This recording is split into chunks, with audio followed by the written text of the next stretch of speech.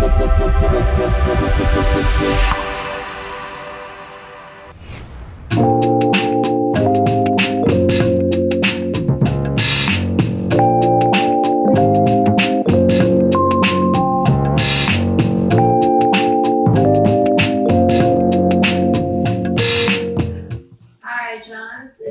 to meet you and have you here in the office with us at Dr. Cole's Forhair Clinic.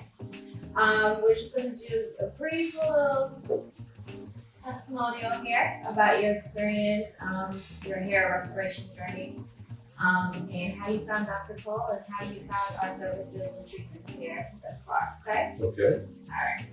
So, can you tell me a little bit about your hair loss journey? Like, when did you first start to notice? Well, I tell you what happened to me is it started me. I believe at 19 years old. Wow. I was still a freshman in my second quarter in university at Virginia Tech. Was when I went to university. Wow. Is when my hair started to go. I mean, I had like an itchy scalp area, and it started itching, and then the hair would come down. And I thought I would tell people, "Oh, this is just wintertime." Like a phase. Phase, yeah. And it all goes back to the summertime. It was not happening that way. I was starting to actually lose hair. And I couldn't believe it, but month after month, you know, in my early 20s then, I would start to lose a little more. Did you have a history of it in your family? Unfortunately, on my father's side, yes. But it was told by, when I looked it up, I think I read that it was his mother's side that mattered. And on my mother's side, everybody had beautiful, thick hair. My grandfather did, and all the males did. But on my father's side, my father was a little bit bald, and my grandfather was very jet bald, so I'm sure I inherited that aspect. But you didn't expect it, though. But no, I didn't expect it at all because you know, in my teenage years in high school, I had nice long hair, and I was a tennis player, and during those times, you know, I wouldn't be doing board, got long hair. That's how I looked, you know. Right. When it disappeared, I felt like you know, Samson losing his hair, and I felt all power came with that. And, so it was very, very depressing, quite frankly, because your looks change so much. Then. Yeah, absolutely. I can understand that. Yeah. So, at what point did you start to explore, you know, hair restoration and hair transplant services? I tell you, around my mid-20s. And in fact, at 26, I did get a hair transplant up for the front. Okay. Just because I couldn't take looking in my mirror and seeing the recess. So that, you know, it was still early in the transplant, industry, technical industry field, yeah. But these guys were, I had read about them actually on an airplane magazine. They were rather famous for what they did. They were in Maryland. They were in Rockville, in fact. Yeah.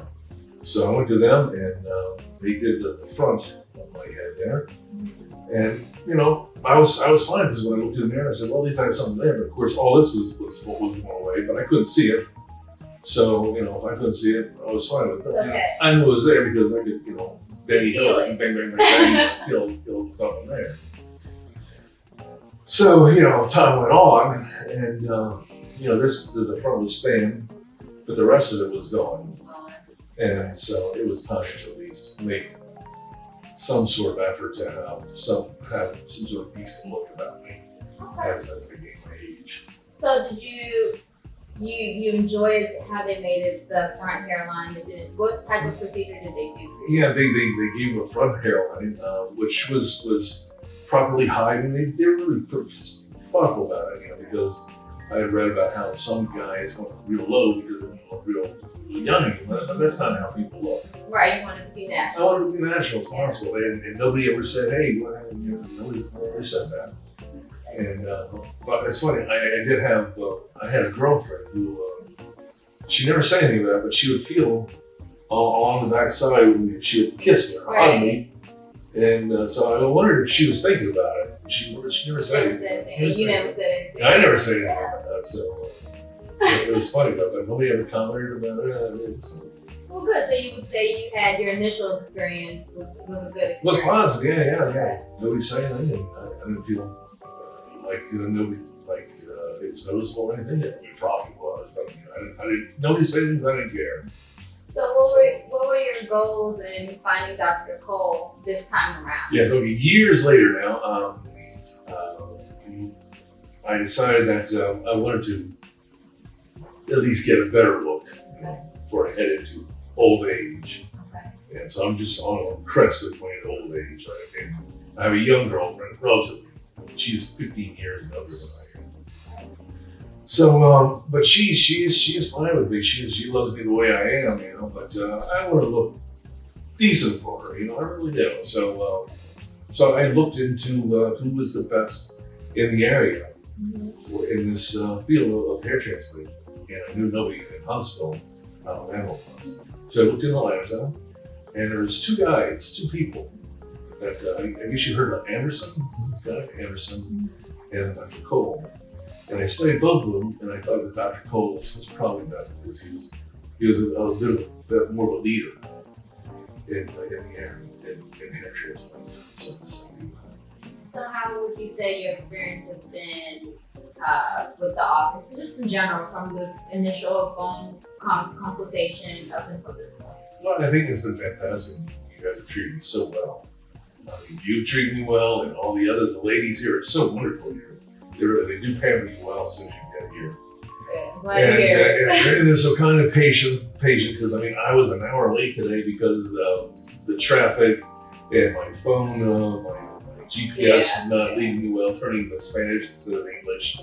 I'm not a Spanish understander, and just a mess. But you've been very good, very helpful, and kind, and Luboff has been wonderful in terms of injection, helping me out. Of course, Dr. Cole has been terrific. I mean, he's given me so much information about how the transplants work, and so it gives me confidence that he knows precisely what he's doing. So I feel comfortable in coming here and putting my head in his hands, as it were. So. Good. We're glad to hear it. And hopefully we'll be the ones to get you to the finish line. And Yes. You won't have to come back in for too many months. Right? Hopefully not. And when I do, if I do, I'll come back in a better hour, so I'm here at a proper time. Oh yeah, don't worry about that. This stuff that happens is out of our control. Yeah, it's a little bit tough. Yeah. Well, I mean, we can get into so last procedure. I remember, you had that frontal top, and then we were just kind of filling in the gaps. Yes. So, want to tell us a little bit about as far as bridging that together? How a little bit about that process. That was terrific. See, the frontal that I had back when I was 26 was just this frontal area, and I may have had some hair in this area prior, but that went away. So all that was left was just this little frontal area. The part that they worked on. The part that they worked on. So everything else went. Yeah. So it was really, really valuable that Dr. Cole was able to put in some sides here to give me some normalcy at least. And some balance. Yeah. And I've noticed that, when I'm able to do it like that, that feels a lot better. I used to be able to do that in high school when I was a tennis player. You go like that and you play tennis, it's a lot better. That's how you look back in the 70s. That's how old I am. That was my high school years. So he's done this. I think he's done a really terrific job. So. And then, so you had the transplant there a while ago, and you kind of just let everything go. Were you on any medication after that transplant, or any kind of preventative? Back when I was 26? When you're 26, did you get on a preventative after your procedure? No, there wasn't anything. It was still pretty early in the technology, as it were. And he just gave me that transplant. I had 2 procedures of that transplant, and the expense was obviously very, very inexpensive. Back then, it was $2,600, I think, is what it cost me. So that was the total expense, but the plugs themselves were quite large, but They blended well with the existing hair. yeah. So I thought they did a pretty good job. Given what they knew at that time. So and I just let it go at that point. So. No. Did you notice, was there a noticeable difference for you, just in terms of, your day-to-day, the quality of life, by having him put that there? Yeah. For me, I mean, I was happy to see it. But it was very interesting because you could see them. Because you could actually see the plugs themselves. Yeah.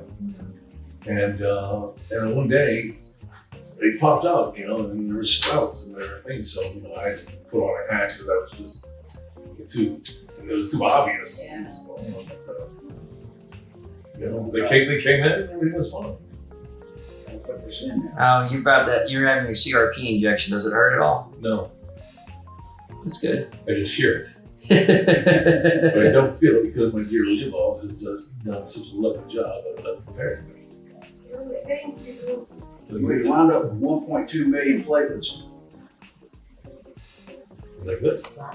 No, that's a lot. You know how many you started with? No. 169. That's not many.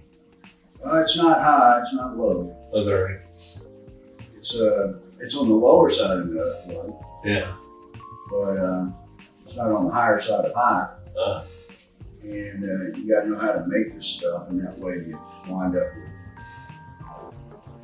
high concentrations. So you need a certain amount of blood to do that. And in order to concentrate it, we have to get the baseline platelet count, and then from there we know how many cc's we need to draw up. In your case, we knew it was going to be 120. Okay. So actually, 108 is what we drew. But that's how you get those platelet counts up there. Well, good. I get this is positive information you're telling me, Joe. Yeah, and just a lot of clinics don't know how to make this stuff, so they process the kit whatever way they're told to do it, and they don't look at the individual patient. Sometimes they just look at the cheap kit. Oh. So they're after something really inexpensive in order to cover a scalp with something that's not very high in growth factors. So the concentration of growth factors is directly dependent on the concentration of platelets. And it's in a linear fashion. So as the platelet concentration goes up, the growth factor concentration goes up similarly. That's what we're at. Well, excellent, man. That's how you build a business, sounds to me. Well, that's how you make stuff that works. Yeah, that's how you build a reputation. And that's how you become a leader in your field as well. I'm trying to get people to understand how we do it and what they need to do, but it's kind of, some people think that lower concentrations of platelets are acceptable, but they won't do the job. They're just not going to do the job. Well, they're just not going to be certainly not successful. Now, so Lost like a little bit. there's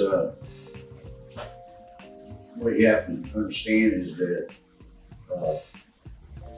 the number of follicular units you have in your donor area decreases as you get older. And so you're going to lose about 2,000 of them by the time you're 70. Mm-hmm. You know what I'm saying? That's what in your graphs that you had done way back when, what was it, 70s, 80s? 1986 it was. Yeah. So those graphs are gradually thinning over time. They're losing follicular units. Yeah. There we go. We needed that much to cover that surface area. And you got a lot of growth factors. Woo. Yeah, we concentrated over 7 times the baseline. Wow. Yep. Very good. Thank you. Thank you. Nice to meet you. Thank you, my sweetheart. You very, very know what you did. Thank you. I appreciate you so much. Oh, thank you. Let's roll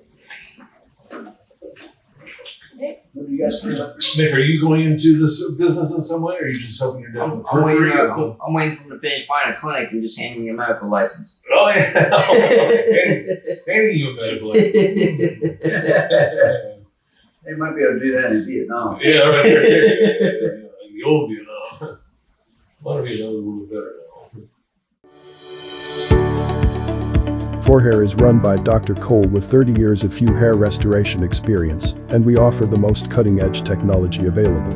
In fact, the Forhair Enterprise sub-company Cole Instruments manufactures custom-made tools and automated tools for hair restoration physicians all over the world.